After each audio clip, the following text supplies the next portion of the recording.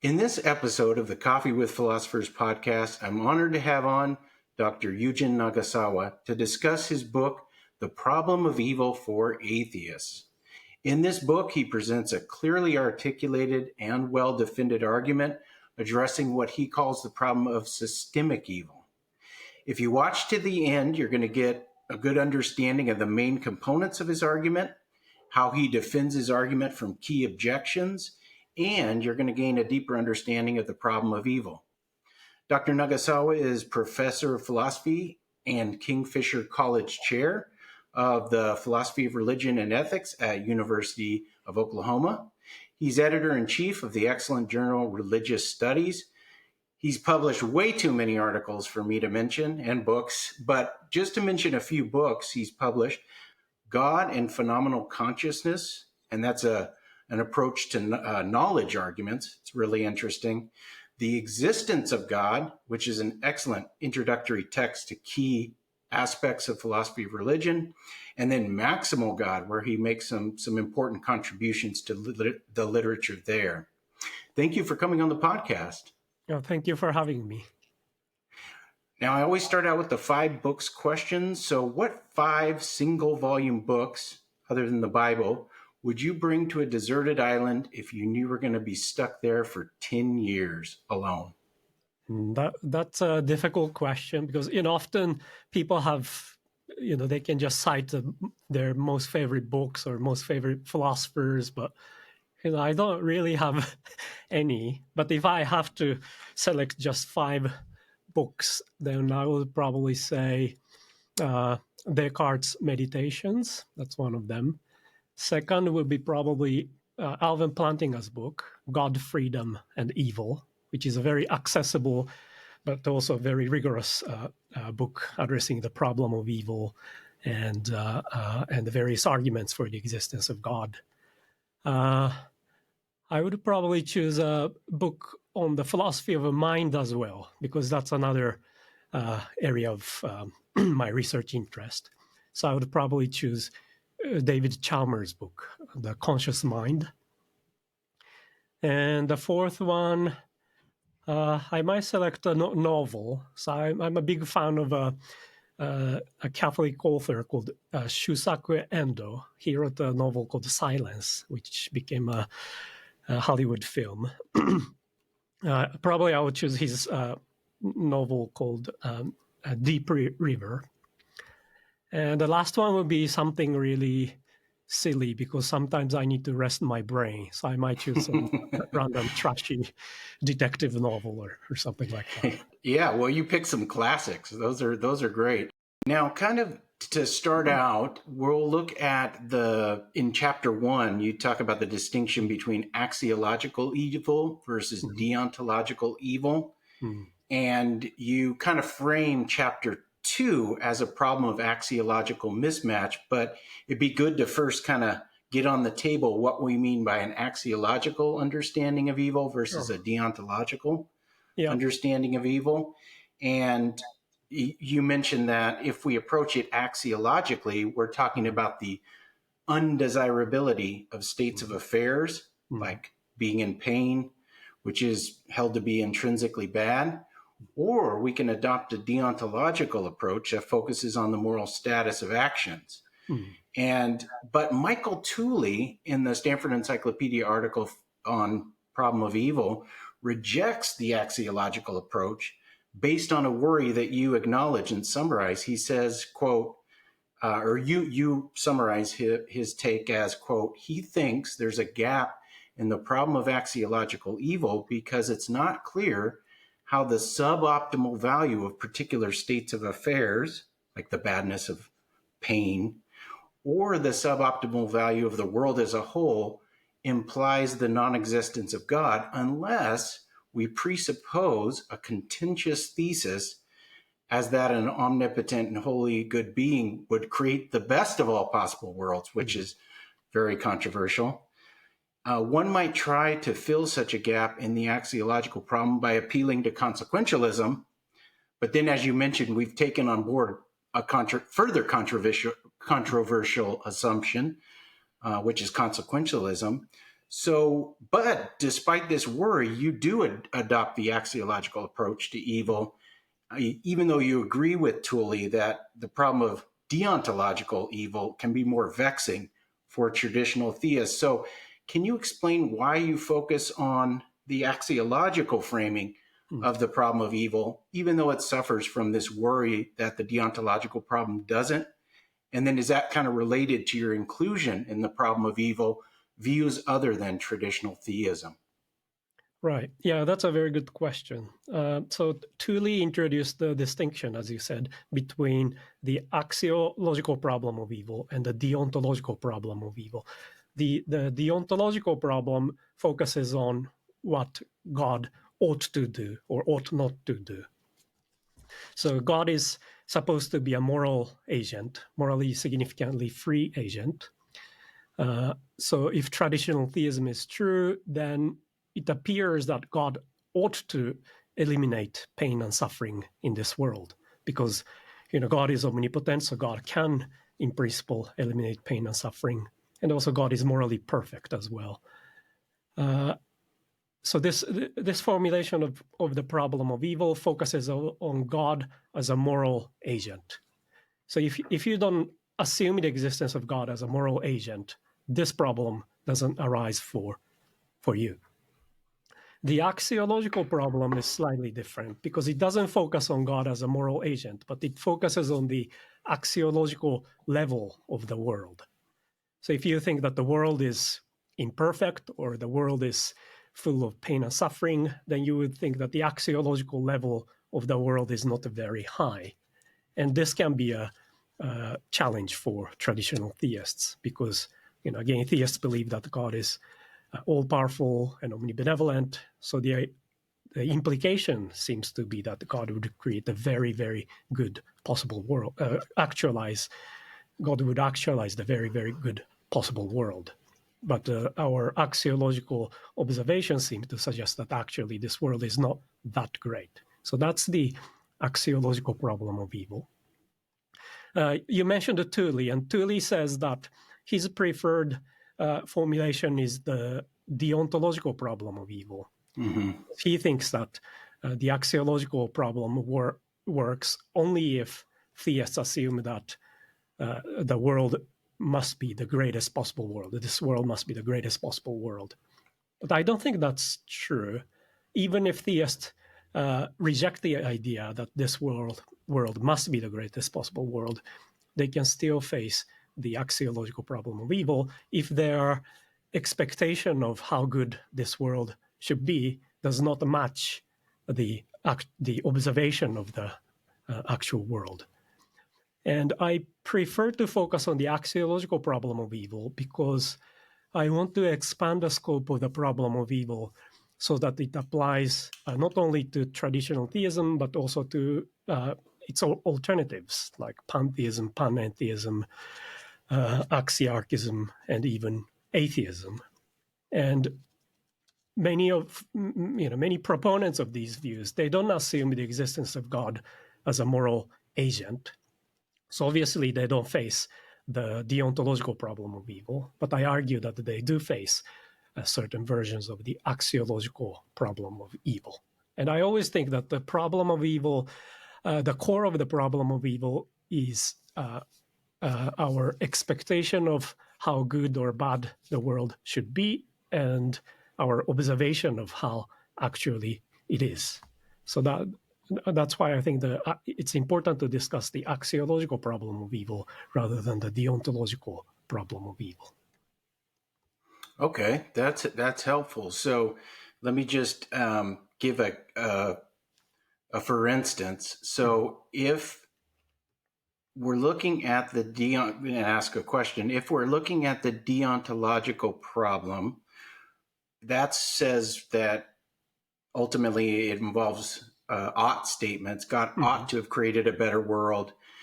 And if you don't think God's a moral agent, then you can escape this problem because God isn't bound to oughts because God isn't a moral agent who's beholden to moral reasons, right?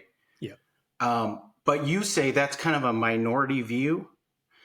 although it does seem to be growing with Mark Murphy and Daniel Rubio, and back to atoms and so on. But then, so then a lot of people, you might shift to an axiological problem to try to pull in those people, so to speak. But then you might say, if you assume this isn't, let me see if I have this right. If you assume this isn't the best of all possible worlds, then it looks like you escape the second one, the axiological problem, but you're saying you don't. Is that correct? Let me confirm this. So I don't mean that traditional theists don't face the deontological problem of evil. I think they do face this problem, but I want to set that aside because this problem is relevant only for theists who believe in God as a moral agent. So, for example, pantheists, they believe that God is the universe. So God is not a moral agent. So the deontological problem clearly doesn't apply to pantheism. Right. So that's why I want to focus on the axiological problem of evil, which does not involve any moral agent. It's all about what kind of axiological expectation you would have given your worldview and your observation of the actual world. Okay. And then I was just wondering if a way to escape the deontological problem, if you're still a theist, is just to say God is a moral agent. That's right. Yeah. Even though that might be a difficult position to defend, because I think traditional theists tend to say that God is a moral agent. God is, moral perfection is one of God's main attributes. So God is clearly a moral agent. Yeah, but then as you mentioned, like Mark Murphy, for example, he defends the idea that God is probably a moral agent, but our human morality doesn't really apply to God, and there can be a response like that. Okay.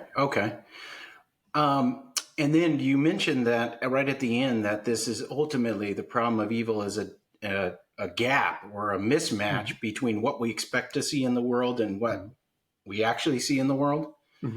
And then in chapter 2, you argue that, again, as you mentioned, that this problem doesn't just impact traditional theists.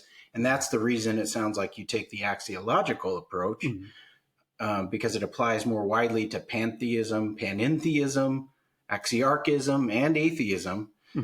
And you do that by arguing that the problem of evil is just one instance of a larger problem, which you dub the problem of axiological expectation mismatch. So can you explain what this problem is and how responses to the problem of evil traditionally are sort of can be cast as trying to reconcile this mismatch, like revising divine attributes or the free will theodicy or soul making and so on? Sure. So traditional theism says that, again, God is all-powerful and all good. So perhaps naively, theists would assume that this world is very, very good. They might not think that this world is the very best possible world, but they should expect that the world is very, very good. But then they encounter pain and suffering in the world, and then they might question their belief. If God created the world, how come there are a lot of pain and suffering in this world?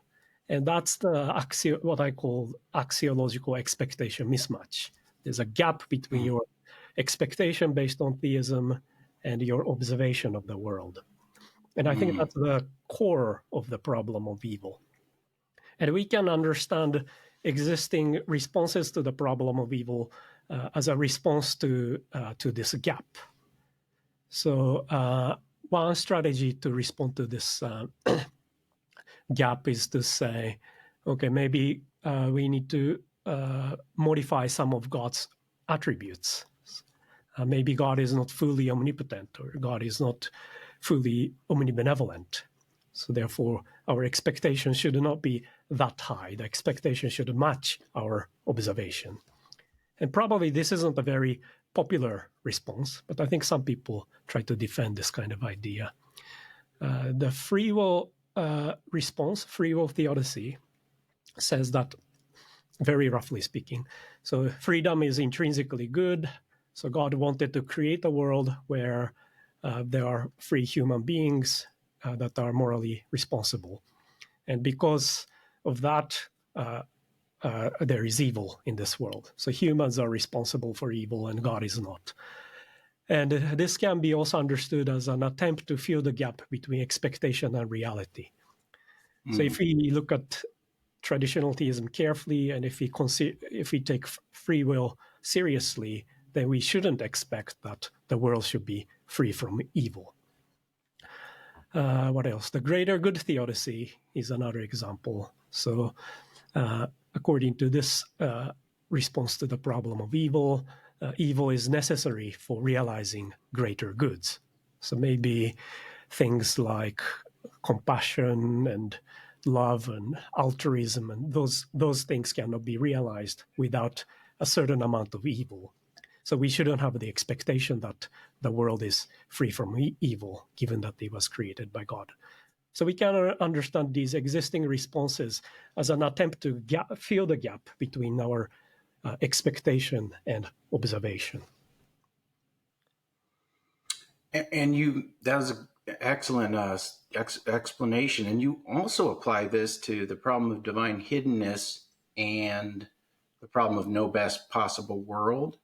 Yeah, we can understand many of these arguments against theism in terms of axiological expectation mismatch, or maybe it might be better to say metaphysical expectation mismatch. But if you might think that if God exists, God's existence must be manifest to everyone. But according to the problem of divine hiddenness, God seems to be hidden. So there is a gap between our expectation and reality.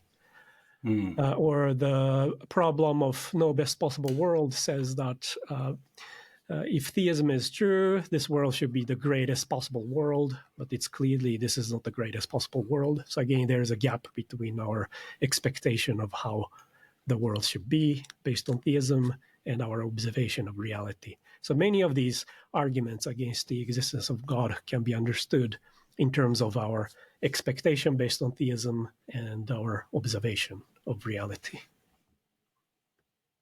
That's a helpful way of sort of making sense of what can seem to be disparate sort of problems. And if you boil it down to this expectation mismatch, it seems to lend itself more readily to, as you've done, a wider problem or a wider solution as well. And specifically, the problem that you mentioned is the problem of systemic evil. So in the introduction to chapter 5, you say, quote, "I introduce a radically new version of the problem, which I call the problem of systemic evil. In this chapter, I developed the problem of systemic evil as a new challenge for traditional theists. Yet I notice when you develop the problem, it seems to be like a version of the Darwinian problem of evil, because natural selection is sort of front and center in the problem of systemic evil. For instance, you talk about like what John Schneider calls anti-cosmic micro monsters, like these little parasitic wasps that lay eggs in their victims. And then the hatchlings can sort of eat the live bodies of the victims from the inside out. Kind of brutal. So it seems like cruelty or pain and suffering is sort of inscribed into the mechanism of evolution. And that's sort of a well-known problem for the theistic worldview, to which many have responded. Michael Murray, Christopher Southgate, and as I mentioned earlier, John Schneider, amongst others. So can you explain what this problem of systemic evil is and why it's a new problem, not simply a version of the Darwinian problem? Right. So the first step of my overall argument is to introduce the problem of systemic evil, as you mentioned. And so here's a problem of systemic evil. So we are products of evolution and natural selection. And evolution and natural selection seems to necessitate pain and suffering for uncountably many humans and other animals. And it is a very cruel system.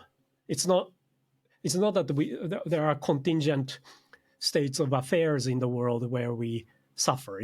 So the important point is that my focus is on the system of natural selection and evolution, which underlies our biological existence. So often when people introduce the problem of evil, they talk about specific events like world wars or certain crimes or natural disasters. But I think the problem of evil is more forceful when we focus on the system of natural selection, because you could argue that certain events are caused by free humans, or even certain types of events are always ascribed to free human beings.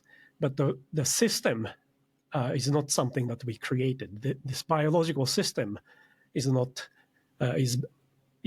underlies our existence, but it's not something humans created. So many of the theistic responses to the problem of evil does not apply to the problem of systemic evil. And I don't necessarily advocate that this is a radically new problem of evil, because in fact, as you mentioned, even Darwin anticipated this kind of problem. So he talks about this parasitic wasp, and he says that how could there be such a cruel thing in nature if nature was created by God? And that's basically the problem of systemic evil. But I use this terminology, the systemic evil, to emphasize that our focus should be on the system rather than the outcomes of the system or certain instances of evil that we find in the world. Okay. And so even though the system, let me clarify, even though the system, oh, sorry. So for first clarification, it sounds like you really do view the problem of systemic evil as a version of the Darwinian problem or somehow related in an important way. Is that right? Yeah, you could say that, yeah. Okay. And that's helpful because then that later on, as you argue, when it comes to modest optimism and systemic evil, you argue traditional theists have a leg up in addressing this this sort of combination of views. They can more advantageously reconcile things. So then that might afford us some of the theistic responses that have been given to the Darwinian problem, or those responses might show that theists really do have a leg up. We'll get to that later. But my other clarification or question is, as you probably know, there's a fall theodicy when it comes to at least Christian theism, or as it's called, lapsarian theodicy. And it's that in the beginning of creation, humans did use their free will in a way that abused, that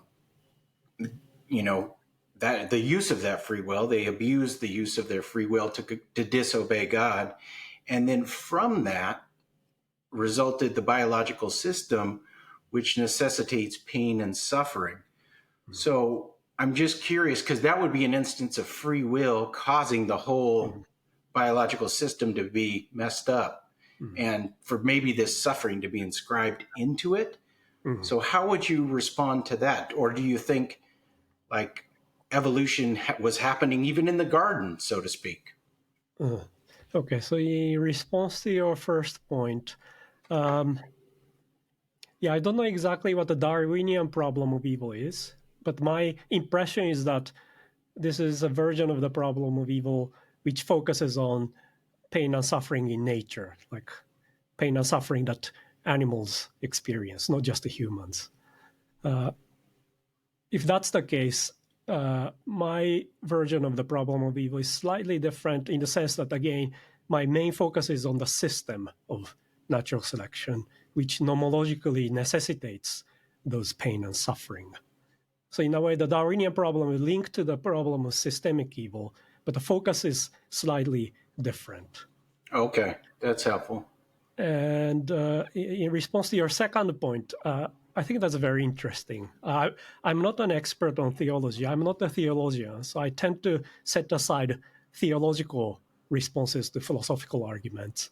But what you mentioned was interesting. So the fall kind of necessitated the process of natural selection. So ultimately, free humans are responsible even for the system of natural selection.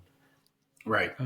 I had never heard of that response. I have to think about it, but yeah, that's an interesting theological response. I don't know. Is it a common view held by many Christian scholars?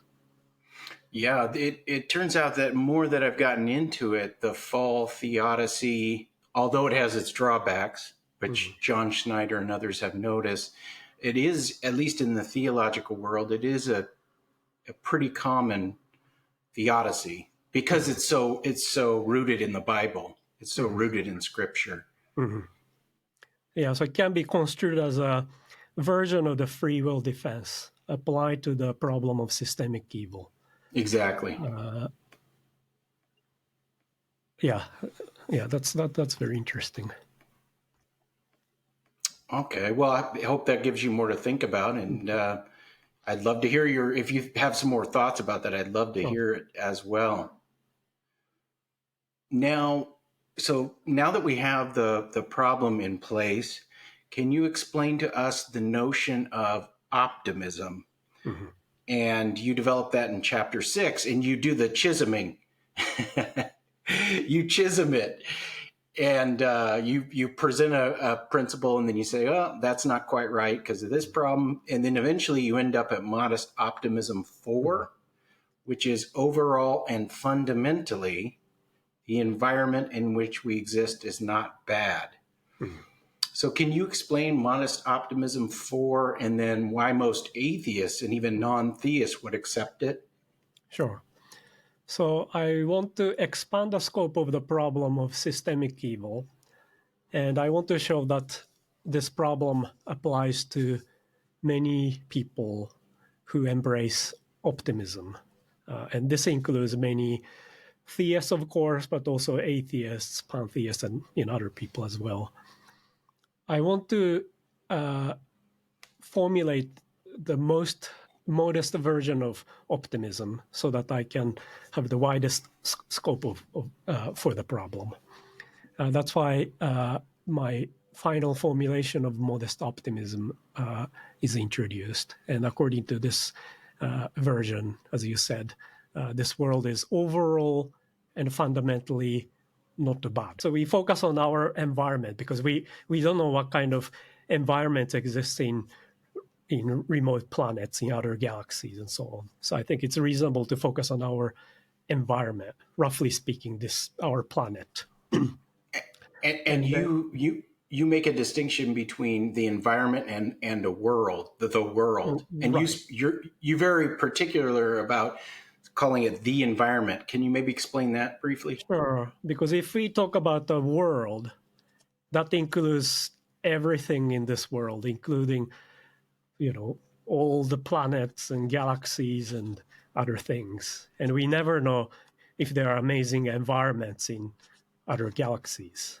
And we want to set that aside. When we talk about the problem of evil, we are focusing on our, local. Local means, this environment on our planet.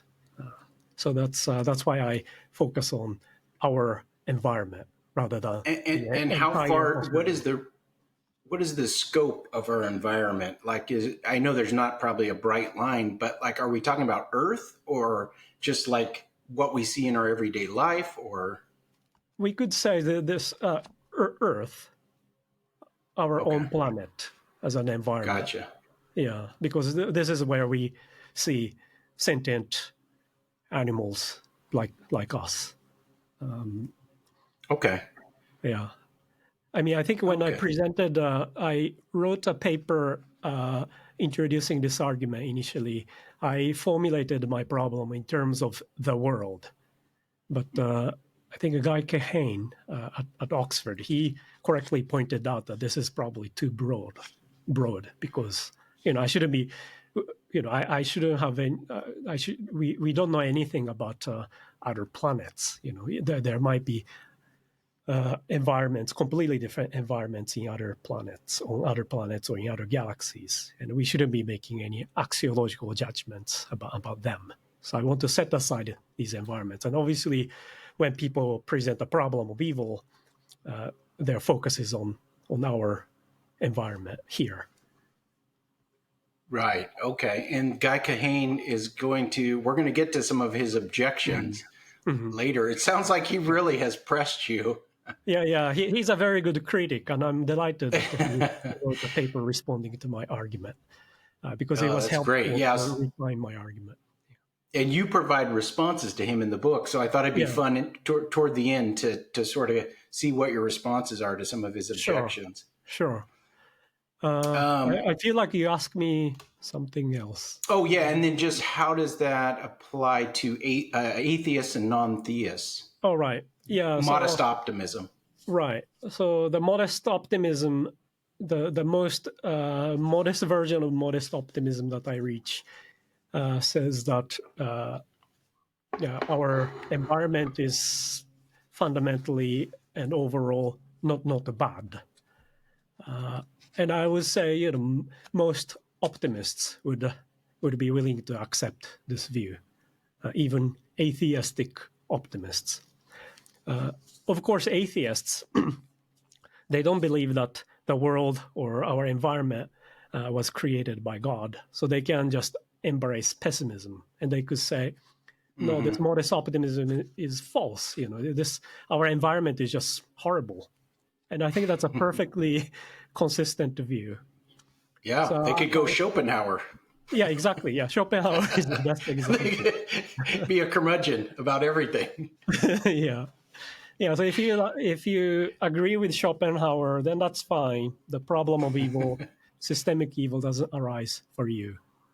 But I would say most atheists are modest optimists, at least atheists that I know. I don't think many of them would say that, the overall and fundamentally, this world is bad or not good. So I say, okay, the first step was to introduce the problem of systemic evil for traditional theists, but now we apply it to modest optimists.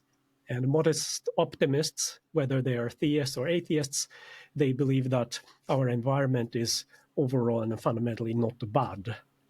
But our observation seems to suggest that our environment is pretty bad. It's systemically bad.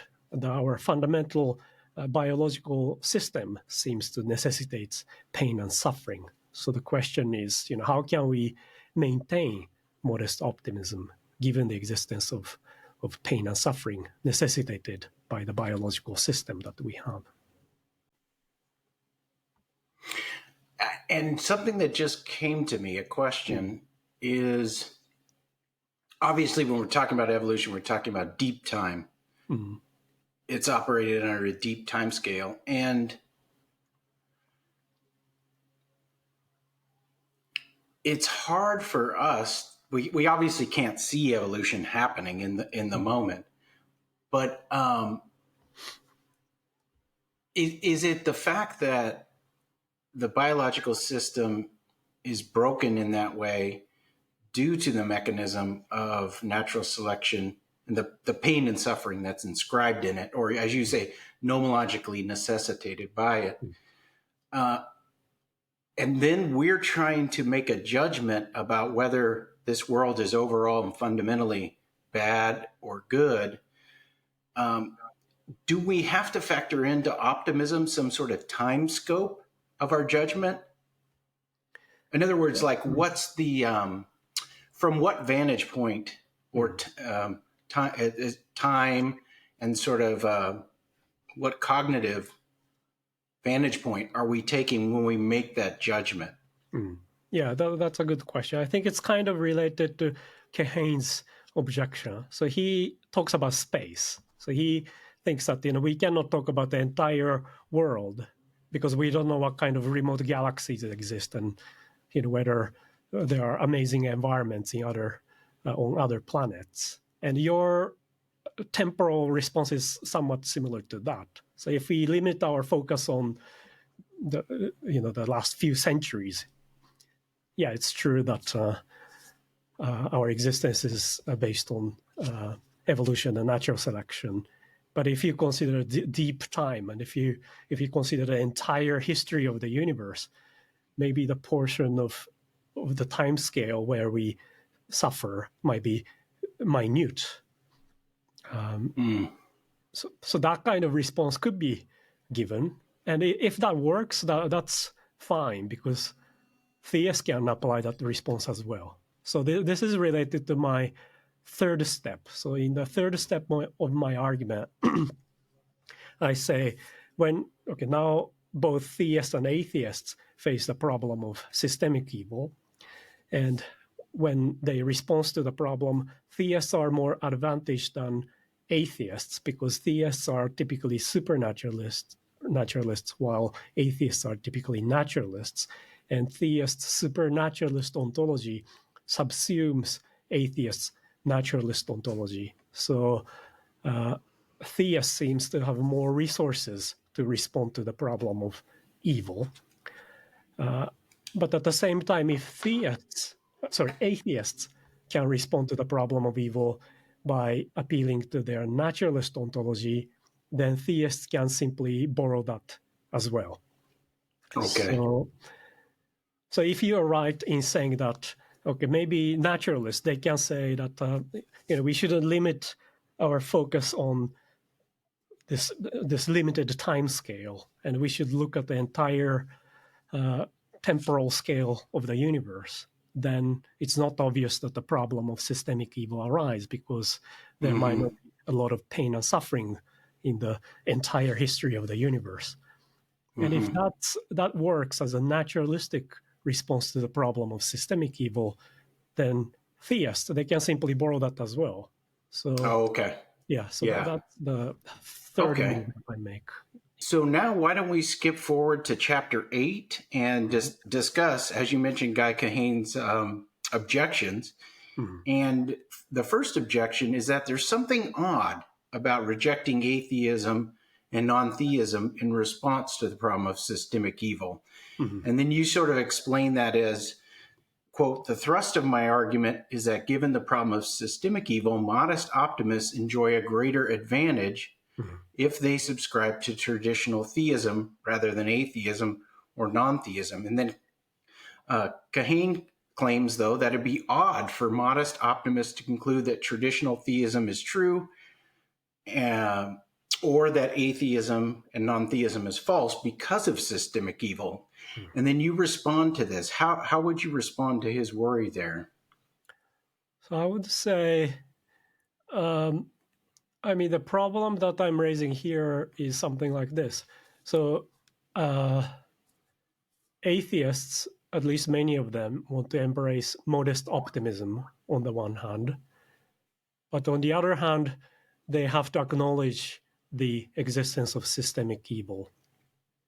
And here, again, I say pessimism is consistent with the observation of systemic evil. So they can just, give up modest optimism and say pessimism is true. The existence of systemic evil suggests that pessimism is true given atheism. That's a possible response. So I don't necessarily say that, given the problem of systemic evil, atheists just have to give up give up atheism as an ontological thesis. I'm just raising a tension between their endorsement of modest optimism and atheism, given the existence of systemic evil. Okay, and can you explain why, given the embrace of systemic evil and optimism, as you say, it's more advantageous to be a traditional theist. Why do you, even if atheists don't have to, or the problem doesn't suggest that atheism is false necessarily, why do you think the atheist is at a disadvantage when it comes to embracing optimism and the reality of systemic evil, as opposed to the theist? Right. So first, I want to set aside pessimism. So if atheists say, okay, the problem of systemic evil suggests that pessimism is true. So given that we are atheists, we just have to embrace pessimism. That's a perfectly consistent response. But my understanding is that very few atheists would be willing to accept pessimism. There are very few atheists like Schopenhauer or David Benatar. So they don't want to compromise modest optimism, which is a very modest form of optimism. And if that's the case, both theists and atheists face the problem of systemic evil. And maybe atheists can respond to the problem successfully by appealing to their naturalistic resources. But if they can do that, then theists can do that as well, because theists' supernaturalist ontology includes naturalist ontology that atheists have. And on the other hand, if theists can respond to the problem of systemic evil successfully by appealing to supernaturalist ontology, then atheists cannot borrow that response because their naturalist ontology is smaller than theists' supernaturalist ontology. So that's why I say when it comes to the problem of systemic evil, either theists can win or draw, while atheists can neither draw or lose. So in this sense, theists are more advantaged than atheists. Okay, and it's not an advantage to the atheist that their ontology is more parsimonious? Are you talking about atheist naturalism in general and theist supernaturalism in general, and say naturalism is more parsimonious because there are yeah, so even though the theists may have an advantage in explaining the problem because they have supernatural resources, I guess that would be like the goodness of God, or God can make sense of the suffering or redeem it in some way. But then you might say that runs into additional problems that the naturalist doesn't face because they have that smaller ontology. Yeah, there's a general question about which view is more parsimonious, which is quite a complex issue because we have to look at all the data available, not just the existence of pain and suffering. So right. naturalist atheists, they could argue that overall naturalism is more plausible than theism because it's ontologically more parsimonious. But if we limit our focus on the problem of systemic evil, it seems that generally speaking, theists are more advantaged than atheists. So my analogy is something like this. So naturalists, atheists, they have, let's say, 3 tools to destroy this big rock. And then theists, supernaturalists, they have all of these 3 tools plus 2 more tools.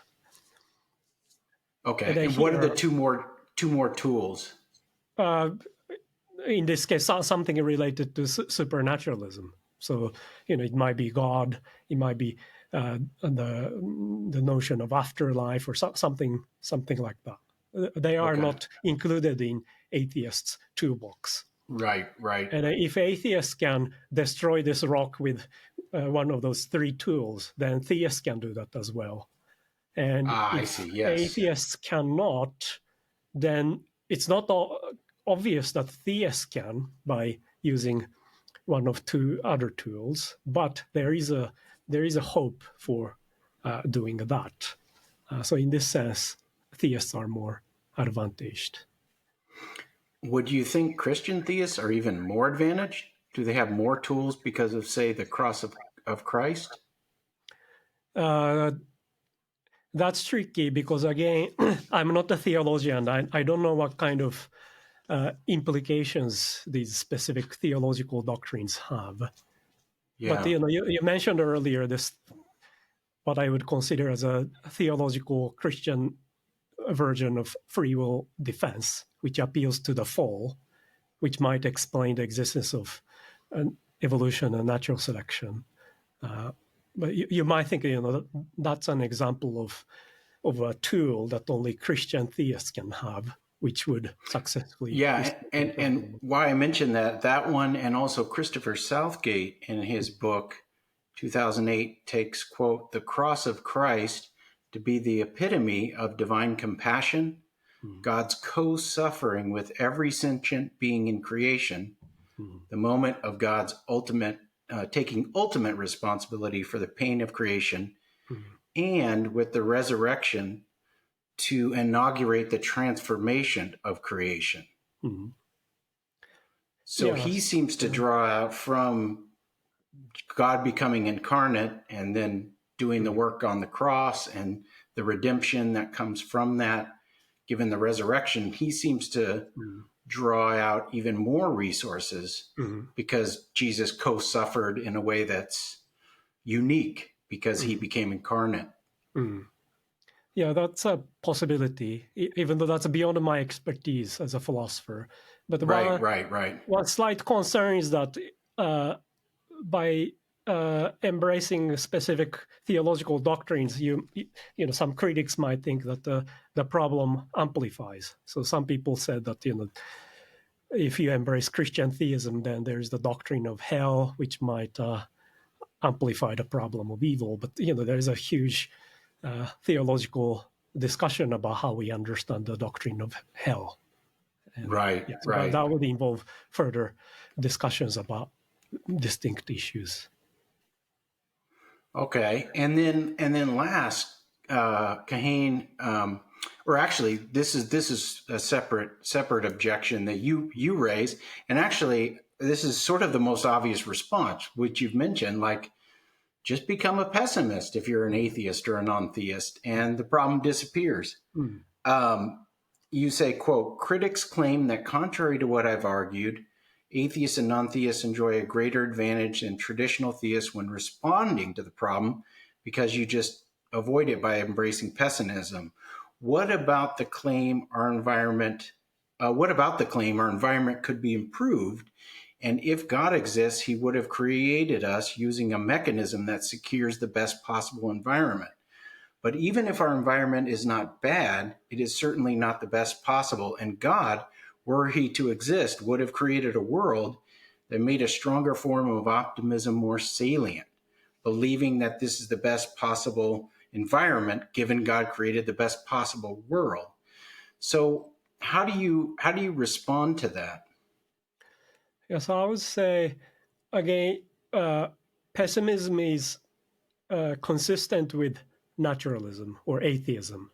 So I kind of respect atheistic pessimists because that's a perfectly consistent view to embrace pessimism and naturalism or atheism. And I'm inclined to think that optimism and theism are also consistent. But the most difficult position is to try to adopt both optimism and atheism or naturalism, because if atheism or naturalism is true, then death is, our physical death is the end of our existence. Nature is full of pain and suffering. There is no ultimate cosmic justice, and so on. So I think the most unstable position is to hold both atheism / naturalism and optimism. And so one way of presenting my argument is to say that it's very difficult to maintain optimism if we take pain and suffering in nature seriously. And also adopt naturalism or atheism. Okay, yeah, that is another way of looking at it. And I know you've done a lot of rounds of interviews, which is really encouraging. I want to say, well done, sort of getting out there with your book. Is there anything in the number of interviews you've done that didn't come up, but you think worth briefly mentioning? Uh, yeah, I think many people tend to focus on the problem of evil for atheists that I present in the book. Obviously, that corresponds to the title of the book. But also in the book, I address different versions of the problem of evil for pantheists and axiarchists. And also towards the end of the book, I raise a version of the problem of systemic evil for followers of Eastern religious traditions as well. So I just hope that when people read my book, they will read, they don't overlook those chapters as well, because I think they are equally important. Okay. And do you think out of the panpsychists, panentheists, Axiarchists, and Eastern traditions, do you think any one of those traditions faces the problem more seriously than the others? Yeah, towards the end where I discuss the Eastern traditions, I say even within the Eastern traditions, those who accept supernaturalism, they are more advantaged than naturalism. So, for example, in the Hindu tradition, there is the idea that, the Hindu metaphysics is somehow more supernaturalistic than Buddhist metaphysics. And I argue that Hindu approach might be more promising than Buddhist approach because it allows something beyond our biological existence. I think if you embrace Buddhism, it's quite difficult to defend. It's difficult to successfully respond to the problem of systemic evil. So I think my overall conclusion is that supernaturalists are more advantaged than naturalists when it comes to the problem of systemic evil. This is because supernaturalists have things beyond our biological existence. So they can, if they want to maintain optimism, they can appeal to something beyond nature. So they can maintain an optimistic picture, which includes not just a biological, our biological existence, but something beyond that. But if your ontology is limited, and if you have only this biological existence in the physical universe, then it's very difficult to maintain optimism. Okay.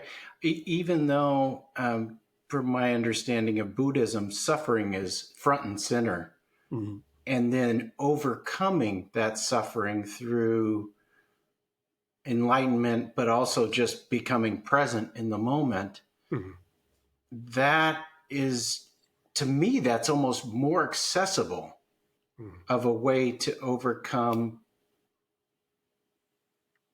the problem, because you acknowledge that life is suffering, and then you say, but I, as a person, can overcome that through practice and meditation. And even though I don't have supernaturalistic resources, it's more accessible to me to overcome that. Does that? Yeah, I'm just sort of spitballing here. Yeah. Yeah, I appreciate the Buddhist teaching because it takes pain and suffering very seriously. Right. But the solution seems to be that, okay, we can reach nirvana, and ultimately we can eliminate pain and suffering. But it's not as if we reach this state where we will be appreciating the state of being free from suffering. When there's nirvana, the Buddhist concept says that ultimately there's no such thing as the self. So we don't exist in nirvana. So when we reach the state, we don't exist anymore. So in that sense, it's slightly different from a